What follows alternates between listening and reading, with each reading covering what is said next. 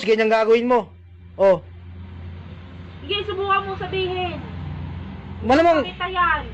malamang malalaman niya to. Sinasabi ko sa'yo. Magkakagulo talaga, kuya, pagka pinakita mo yan sa kanya. Ganyan ginagawa mo, napaka ano nyo. Ako pa, ako tong kapatid mo, dapat ako yung kinakampihan mo. Yun na nga eh, kapatid kita eh. Dapat hindi ganyan ginagawa mo. Tigilan mo na nga kasi. Mali ang ginagawa mo sa asawa mo. Nasa barko yung asawa mo, nagtatrabaho. Ganyan ginagawa nyo yung dalawa dito pagka umalis ako. Pagpapalit mo yung asawa mo sa barangay Tanod, anong papakain sa'yo niyan? Oh. Anong papakain sa'yo niyan? Yung... Puro pera lahat na paano yung ano. Sana mahiya ka naman, no? Kung di ko pa napanood yung video na yun, hindi ko malalaman eh. Pinagtatawanan na ako ng mga kasama ko ah. Ano ba yun? Bigyan mo naman ako ng kahihiyan. Tapos ngayon sasabihin mo,